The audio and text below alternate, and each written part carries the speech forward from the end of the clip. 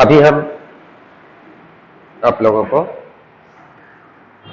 3 common acids, mineral acids, जिनका नाम है hydrochloric acid, nitric acid and sulphuric acid का इंडस्ट्रियल प्रिपरेशन बताने जा रहे हैं। Industrial preparation of hydrochloric acid.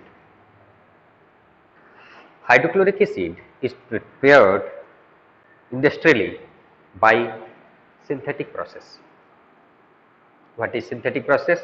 Actually, in this process, we have to take a combustion chamber. That combustion chamber, the walls of that combustion chamber are made up of silica bricks. Chlorine gas is burned in presence of hydrogen gas at high temperature in the combustion chamber. As a result of this, hydrogen chloride gas is formed. This hydrogen chloride gas is then allowed to pass in cooling chambers where the temperature of that hydrogen chloride gas is decreased, and then it is allowed to pass in a absorption tower where water is sprayed from the top portion. As a result, HCl combines with water and dissolved into hydrochloric acid. अब इसको एक बार थोड़ा सा हिंदी में बोलें कि सबसे पहले एक कंबस्शन चैम्बर लेंगे, उस कंबस्शन चैम्बर में हाइड्रोजन गैस और क्लोरीन गैस को इक्वल वॉल्यूम में लेकर के हीट किया जाता है। As a result hydrogen chloride gas form होती है। ये हाइड्रोजन क्लोराइड गैस जो होती है उसे हम लोग नेक्स्ट चैम्बर में ले जाएंगे, जिसे कूलिंग चैम्बर कहते हैं, और उसको कूल करके उसका टेम्परेचर कम किया जाता है। इसके बाद उसको हम लोग थर्ड चैम्बर में ले जाएंगे, एब्जॉर्प्शन टावर जिसको कहते हैं, और वहाँ पर उस पर वाटर स्प्रे किया जाता है, जिसके द्वारा वो लिक्विफाइड होकर के HCl एसिड में कन्वर्ट हो जाती है। और इस प्रकार से कॉमर्शियल बेसिस पर हाइड्रोक्लोरिक एसिड हम लोग प्रोड्यूस कर पाते हैं। दूसरी acid nitric acid, HNO3। Nitric acid को हम लोग ओसवाल्ड प्रोसेस के द्वारा कॉमर्शियल बेसिस पर प्रिपेयर करते हैं। ओसवाल्ड प्रोसेस, तो ओसवाल्ड प्रोसेस को एक बार डिस्कस करें हम लोग।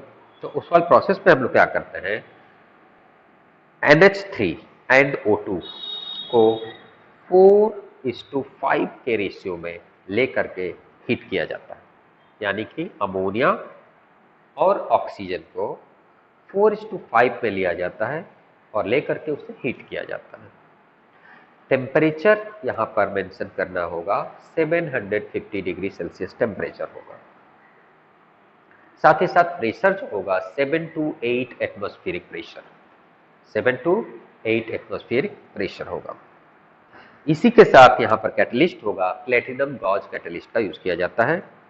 उसके साथ 10% रोडियम मिक्स किया जाता है। अब आगे बढ़े हम लोग, तो 4:5 के रेशियो में अमोनिया और ऑक्सीजन को इस पर्टिकुलर कंडीशंस पर जब हीट किया जाता है तो बनता क्या है, नाइट्रिक ऑक्साइड। ये नाइट्रिक ऑक्साइड गैस को फर्दर ऑक्सीजन के साथ रिएक्शन कराया जाता है और इसे कन्वर्ट किया जाता है नाइट्रोजन डाइऑक्साइड में। That means 2NO plus O2 is equal to 2NO2। Next step में हम लोग क्या करते हैं, इस नाइट्रोजन डाइऑक्साइड के साथ फर्दर हम लोग वाटर का रिएक्शन कराते हैं, यानी वाटर उसमें ऐड कर दिया जाता है। As a result nitric acid form होती है।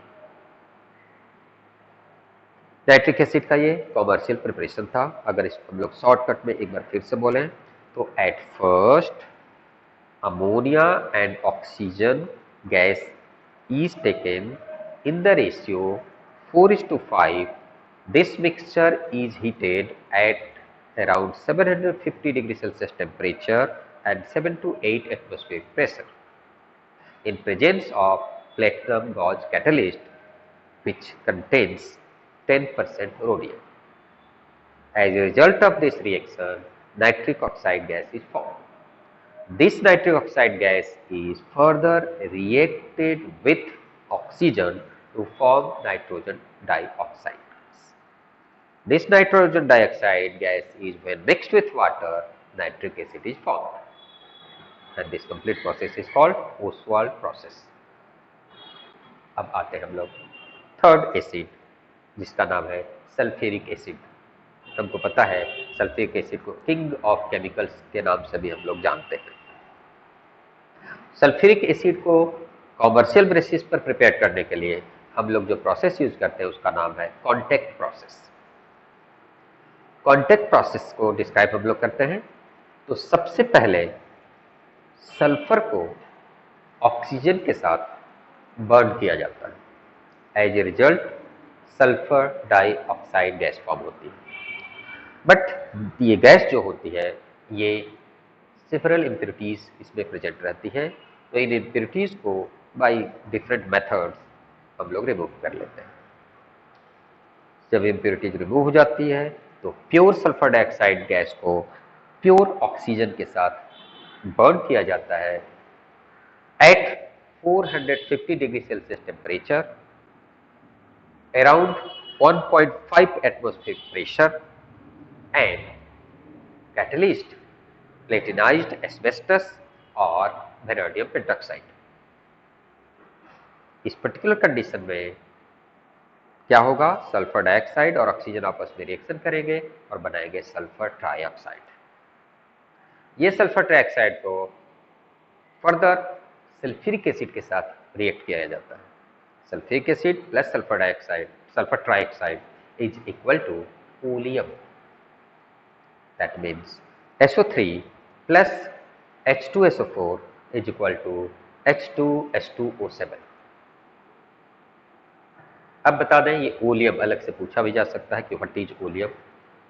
तो oleum is also called pyrosulphuric acid. Oleum को हम लोग पायरोसल्फ्यूरिक एसिड के नाम से भी जानते हैं। अब आते हैं when oleum is mixed with water then sulphuric acid is formed. That means H2S2O7 plus 2H2O is equal to 2H2SO4। यानी हम लोग जब ओलियम के साथ वाटर मिक्स करेंगे तो 2 volumes of sulphuric acid form होगी। अगर हम लोग रिएक्शन की बात करें तो चारों रिएक्शन क्या हो गए, S plus O2 is equal to SO2। दूसरा रिएक्शन क्या हो गया, SO2 plus O2 is equal to SO3। Balance कर लेंगे हम लोग। तीसरा रिएक्शन क्या होगा, SO3 plus H2SO4 is equal to H2S2O7।